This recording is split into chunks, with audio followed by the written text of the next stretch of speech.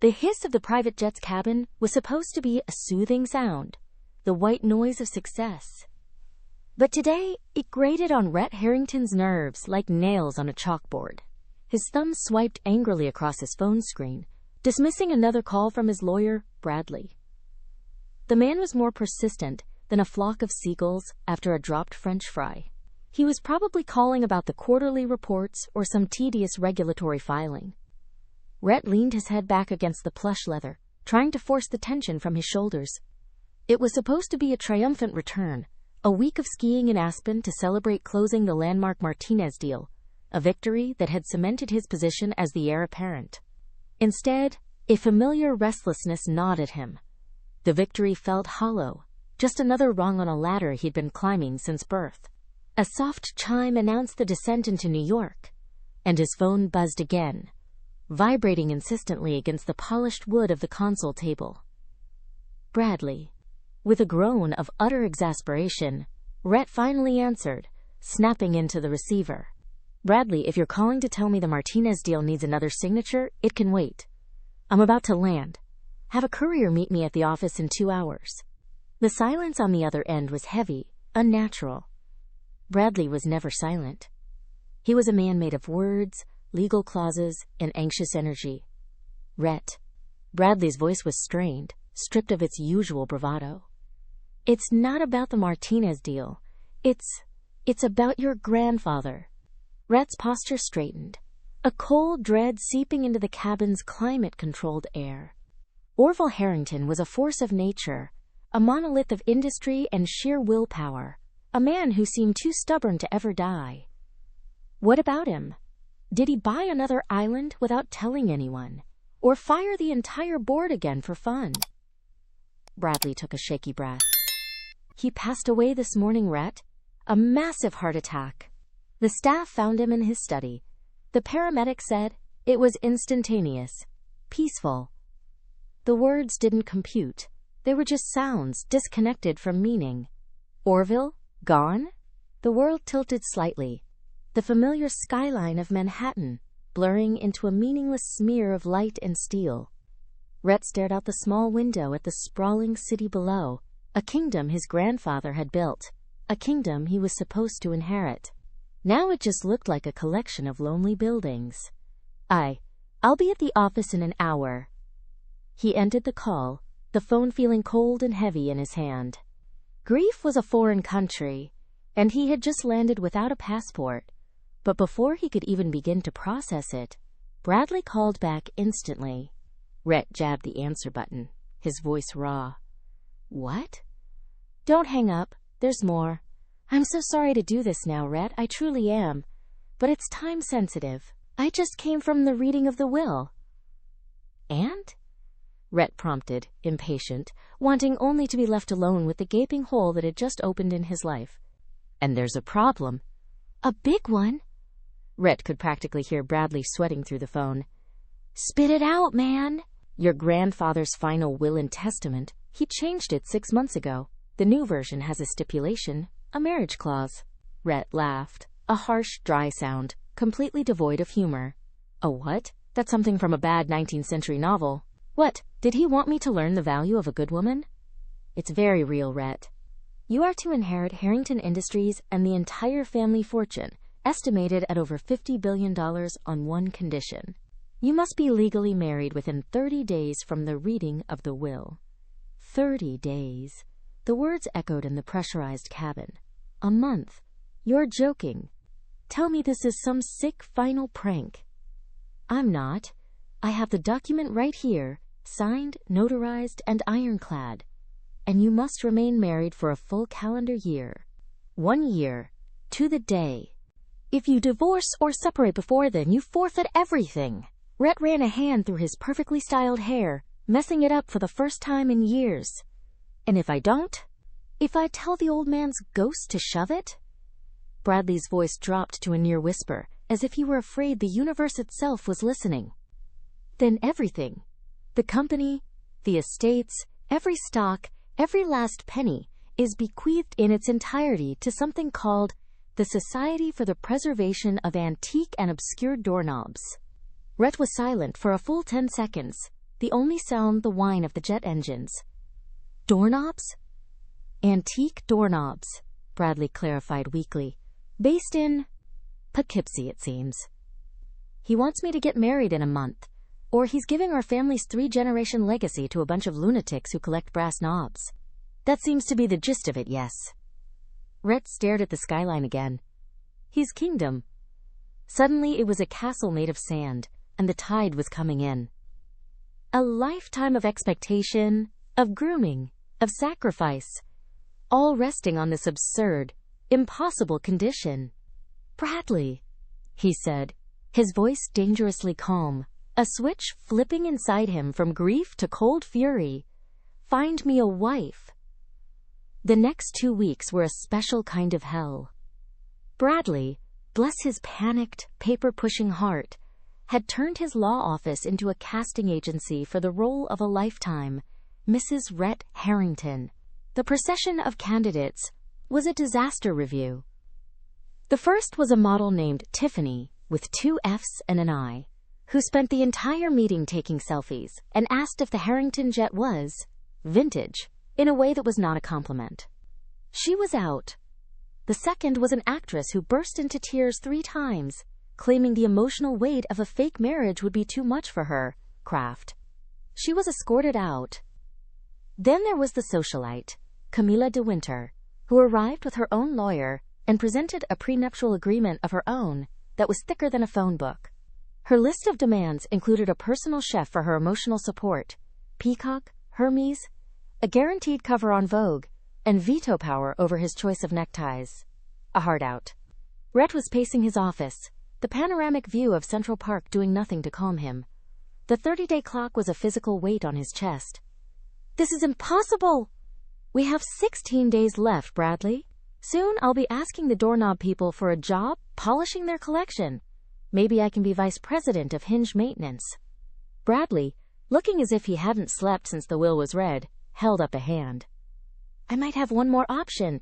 It's unconventional. Unconventional? After the Peacock, Bradley, I'll take anything. At this point, I'll take a sentient houseplant if it can sign a marriage license. What have you got? My paralegal's cousin, Bradley said, almost wincing. She lives in Oregon, runs a small flower farm. Her name is Maisie Jo.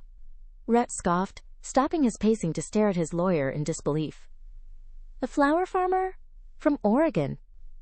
Bradley, I need a wife who can navigate a shareholder meeting, not someone who can identify different types of fertilizer. I need a placeholder, not a new landscaper. Hear me out. She's simple. No social media footprint to speak of, a clean record, quiet life. My paralegal says the farm is failing. She inherited it, but a couple of bad seasons and a predatory loan have put her on the brink of foreclosure. She's about to lose everything. She needs money. Badly. She's pliable. Rhett stopped.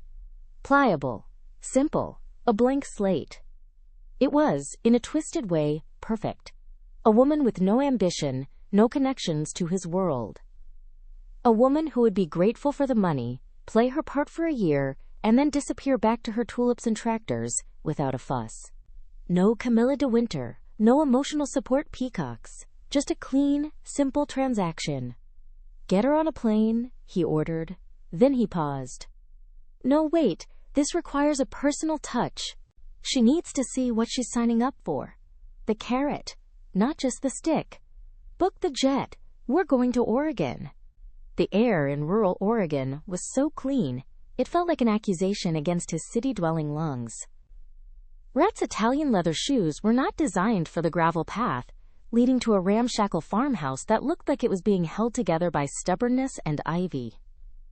The place looked authentic, and by authentic, he meant it looked like it was one strong gust of wind away from becoming a pile of lumber. A woman was on her knees in a patch of dirt, wrestling with a stubborn weed.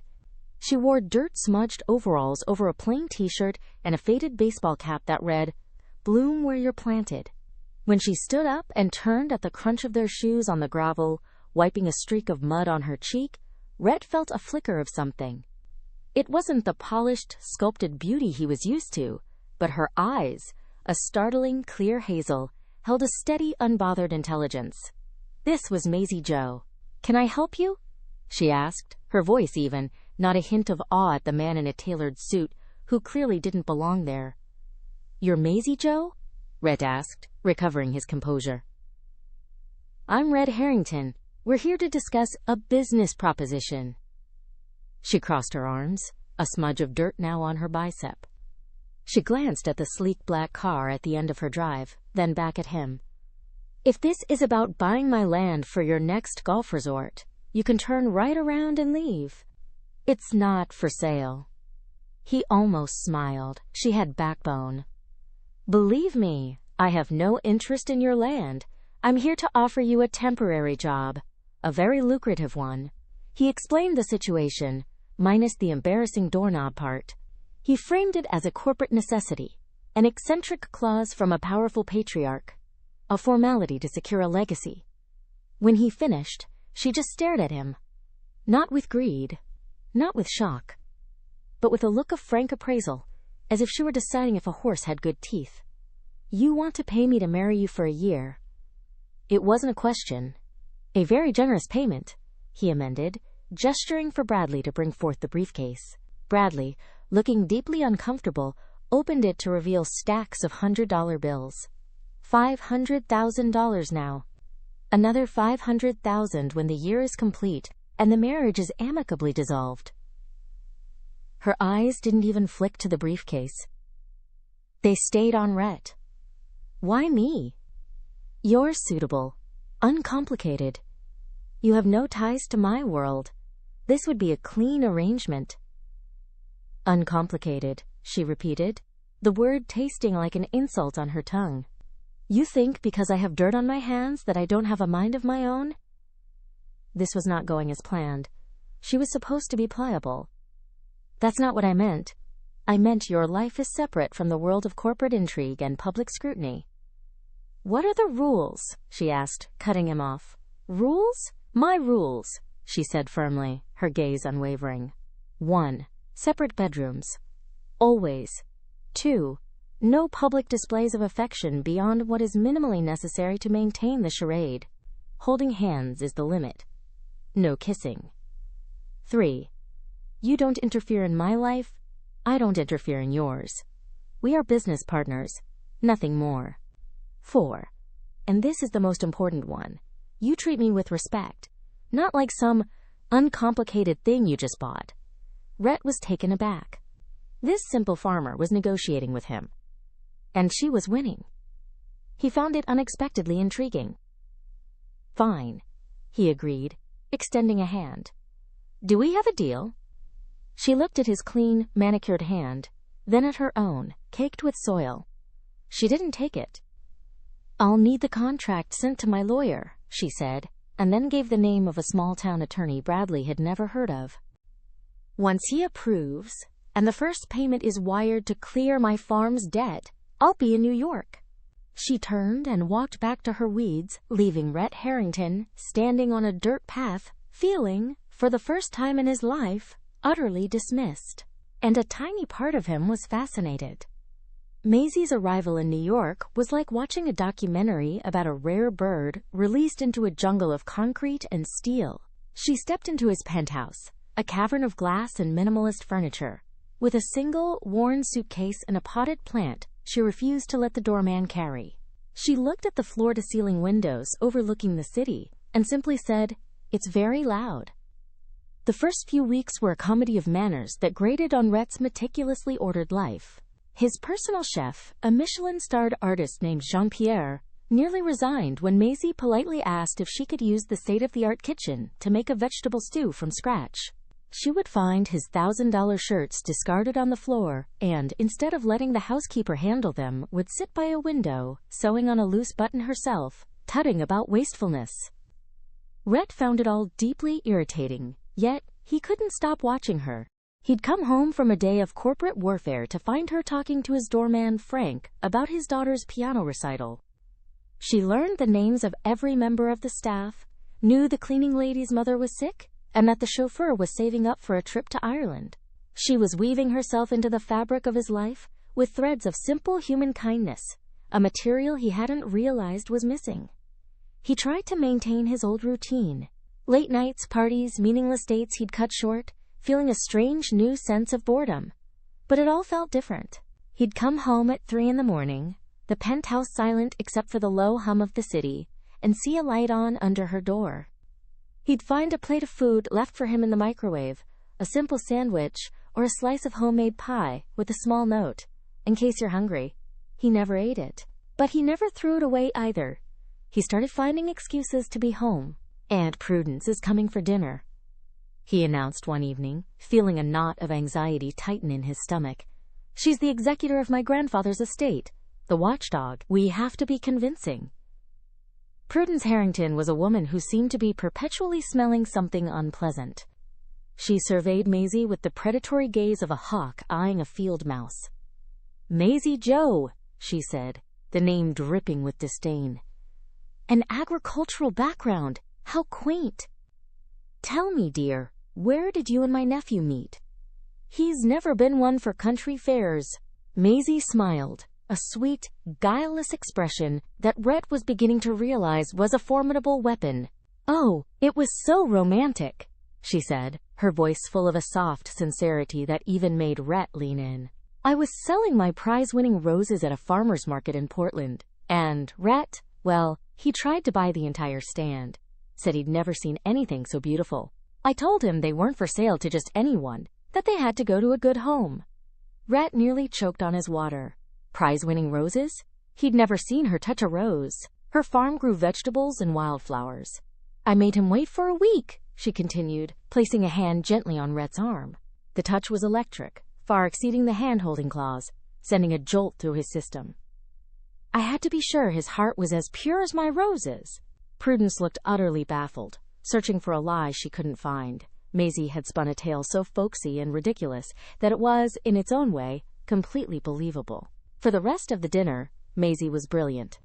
She discussed soil pH with a passion that bored Prudence into submission and recounted fictional, charming anecdotes about her pet goat, Barnaby. As Prudence was leaving, she pulled Rhett aside. "She's a simpleton, but she seems harmless enough. Just be sure you have a good lawyer when the year is up. Her kind can get attached." Rhett watched Maisie clearing the table, humming a quiet tune. Harmless? Simple. He wasn't so sure anymore. Late one night, he couldn't sleep, the latest market report swimming in his head. The apartment was still and dark. He walked past her room and heard the soft murmur of her voice. He pressed his ear to the door, expecting a call with her family back in Oregon. The words he heard made the hair on his arms stand up. "The Q3 projections for their synthetics division are inflated. Harrington's been propping them up with futures contracts from the logistics branch. It's clever, but it's a house of cards. Tell our people to focus the pressure there. And what's the update on the Monaco deal? No. Don't liquidate. Hedge it against the yen. It's a safer long-term position." Rhett pulled back as if burned. Synthetics division. Futures contracts. Hedging against the yen. These were not the words of a flower farmer. These were the words of a sophisticated, ruthless corporate raider. He stumbled back to his room, his heart pounding. Who was she? What was this game she was playing? He tried to convince himself he'd misheard.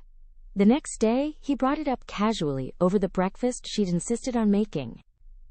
"Things are a bit tense at work," he said, pouring coffee, watching her like a hawk. "Worried about our synthetics division?" He watched her face for any flicker of recognition. Nothing. She just looked at him with those clear, concerned eyes.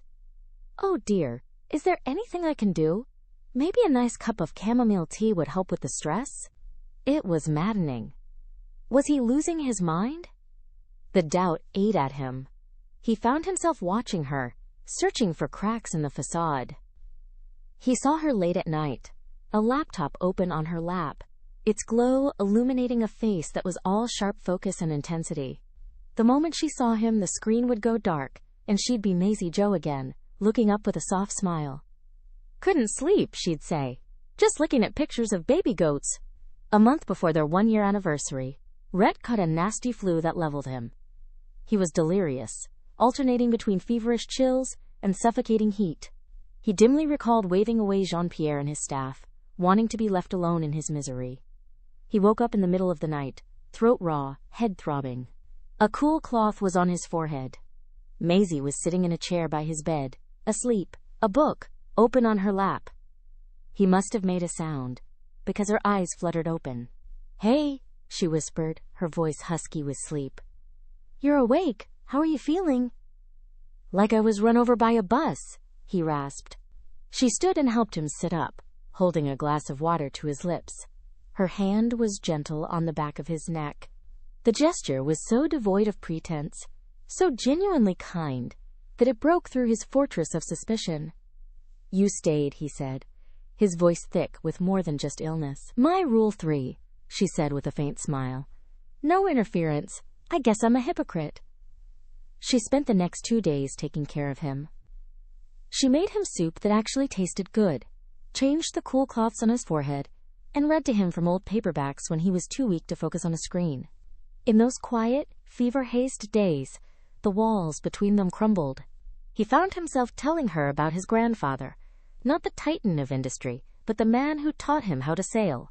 She told him about her childhood, vague stories about a big, empty house and a stern but loving grandfather who expected greatness from her. "He sounds a lot like my own," Red had murmured. Maybe they would have gotten along. She had looked away at that, a flicker of something unreadable in her eyes. As he recovered, a new reality settled in. The penthouse felt less like a gilded cage and more like a home. He found he preferred the sound of her humming in the kitchen to the pulsing beat of a downtown club. The one-year mark loomed, no longer as a finish line to freedom, but as a cliff he was about to be pushed off. He didn't want her to go. The idea of her disappearing back to Oregon, back to her simple life, left a hollow ache in his chest. He was in love with Maisie Jo. He had it all planned. He'd take her to the conservatory, the one she loved to visit. He would tell her the truth, that the fake marriage had become the most real thing in his life. He'd ask her to tear up the contract, to stay, to build a real life with him. He was on his way home, a bouquet of flowers in hand. Roses, he noted with a wry smile, when his phone rang. It was Bradley, his voice frantic. "Rhett, get to the office. Now. It's a code red." "What is it?" "I'm almost home. We're under attack. A hostile takeover bid. It's massive, and it's coming from an anonymous source, but they're hitting us everywhere at once. It's the Kingsleys." The name landed like a punch. The Kingsley conglomerate.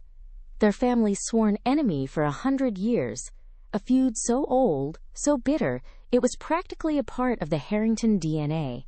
He rushed to the office. The boardroom was a war zone of ringing phones and panicked executives. Projections on the main screen showed their stock plummeting. The Kingsley strategy was brutal, precise, almost surgical. It was as if they had a copy of Harrington Industries' playbook.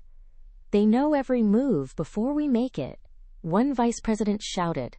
"They know our Q3 vulnerabilities, our leverage points. There has to be a mole." Aunt Prudence pointed a trembling, accusatory finger at Rhett. "This is your fault. You and that farmer. You've been distracted, weak. You're letting our legacy crumble." Just then, Bradley's assistant burst in. "Sir, a press release. The Kingsley Group has just announced the identity of the person leading the takeover." The room went silent. Bradley projected the release onto the main screen. The headline read, "Amabel Kingsley, long-lost heiress, takes helm in Harrington acquisition." And below it was a picture. A crisp, corporate headshot of a woman with sharp, intelligent hazel eyes, a confident smile, and a face he knew better than his own. It was Maisie. Rhett's world stopped. The flowers he was still holding slipped from his hand, scattering petals on the marble floor. Maisie. Maisie Jo. Amabel Kingsley. It was all a lie. The farm. The goat. The simplicity. The kindness. He felt the blood drain from his face. The woman he loved wasn't a simple farmer.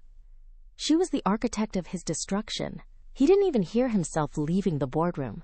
He drove back to the penthouse on pure adrenaline, his mind a whirlwind of betrayal.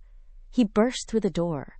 She was standing by the window, not in overalls, but in a perfectly tailored power suit, her hair styled elegantly. She turned to face him, and the sweet, unassuming mask of Maisie Jo was gone. In its place was the cool, commanding presence of Amabel Kingsley. "Hello, Rhett," she said, her voice the same, yet entirely different. "It seems you've had a busy day." "Who are you?" he whispered, the words barely getting out. "You know who I am," she said calmly. "You should probably call me Amabel now." "The farm," he started, his voice breaking. "Oregon. It was all fake?" "The farm exists," she corrected gently. "It's a shell corporation I established 2 years ago, complete with a local lawyer and a fabricated history of debt. The best lies have a kernel of truth, don't you think?" Betrayal, sharp and cold, twisted in his gut. "You used me. You lived in my home. You cared for me when I was sick. You let me fall in love with you, all so you could destroy my family, my legacy?" "Destroy?" she said, taking a step toward him. This time, there was fire in her eyes. "Rhett, your grandfather Orville, the man who taught you to sail? 30 years ago, he nearly destroyed my family. He initiated a smear campaign and a corporate raid that almost bankrupted the Kingsley conglomerate. My grandfather, Sterling, spent the rest of his life rebuilding, and he never forgave. His dying wish was to see Harrington Industries humbled." She handed him a tablet. On it were articles, legal documents, a chronicle of Orville Harrington's ruthlessness. It was a history he'd never known, a side of his grandfather he'd never seen. "This wasn't just business for me, Rhett. It was supposed to be justice. I came here to be a ghost in your machine, to learn your weaknesses and tear you down from the inside. Your grandfather's ridiculous will was a stroke of luck I never could have planned. It was the perfect plan." He looked at her, his heart a raw, open wound. "So what changed?" Her composure finally cracked. A flicker of vulnerability, of Maisie, crossed her face. "You changed," she whispered. "I didn't plan for you. I didn't plan for your kindness when you thought no one was looking. I didn't plan for you to make me laugh. I didn't plan for this to feel real. My plan was a hostile takeover, to dismantle your company piece by piece. But I can't do that now. Loving you made revenge feel small." She took a deep breath. "What I sent to your board wasn't a takeover bid. It was a merger proposal, an equal partnership. Harrington Kingsley. To combine our strengths, end this stupid 100-year feud, and build something better, something stronger than either of us could build alone." She stood before him, the powerful heiress and the gentle woman he loved, all in one. "So you have a choice, Rhett. You can fight me. You'll lose. The company your grandfather built will be dismantled, just as he tried to do to mine. Or you can choose us. You can build a new legacy with me." Rhett looked from the woman in front of him to the sprawling city lights outside. His whole life, he had been the Harrington heir, a title that felt more like a costume than a reality. With Maisie, with Amabel, he had, for the first time, felt like just Rhett. He thought of his Aunt Prudence's venom, of the empty legacy of a family feud. Then he thought of chamomile tea and mended shirts and a voice reading to him in the dark. A few days later, an emergency board meeting was called, but this time, Rhett was in command. Before anyone could speak, he presented evidence, provided by Amabel's extensive resources, of Aunt Prudence's own dealings, of how she'd been selling company secrets to a third-party competitor, hoping to weaken the company enough to oust Rhett and take control herself. She was escorted out, her sputtering protests falling on deaf ears. Then, Rhett faced his board. "Ladies and gentlemen," he announced, his voice clear and steady, "I have reviewed the proposal from the Kingsley conglomerate, and I am accepting." Gasps filled the room. But Rhett continued, laying out the vision, Amabel's vision, now their vision, of a new, unified powerhouse. He wasn't the panicked playboy anymore. He was a leader. He found Amabel waiting for him, not in the penthouse, but in the little conservatory they had visited once. She was standing by a bed of roses, looking uncertain. He walked up to her, not saying a word. He just looked at her, the real her. "The name Harrington Kingsley is a bit of a mouthful," he said finally. She gave a shaky smile. We can workshop it. I choose us, Amabel, he said, his voice soft. Not the company, not the money, you. He got down on one knee, right there on the stone path. He didn't have a ring. He didn't need one.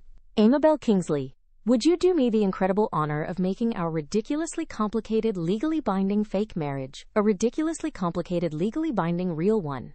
Tears welled in her eyes as a real, uncalculated smile spread across her face. Yes, she whispered. Yes, of course, yes.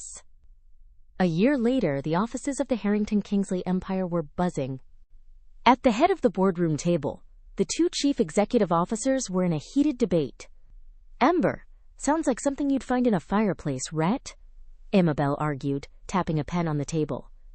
The new fragrance line needs to sound classic, elegant. Starlight is better. Rhett leaned back in his chair, a playful smirk on his face. Starlight is what you name a pony, Ames. Ember is passionate, it's glowing. It's uncomplicated. She threw the pen at him, and he caught it deftly, laughing. He had his fortune, and she had her justice. But as he looked at his wife, the brilliant, infuriating, beautiful woman who had turned his entire world upside down only to build it back better, he knew they had both found something infinitely more valuable.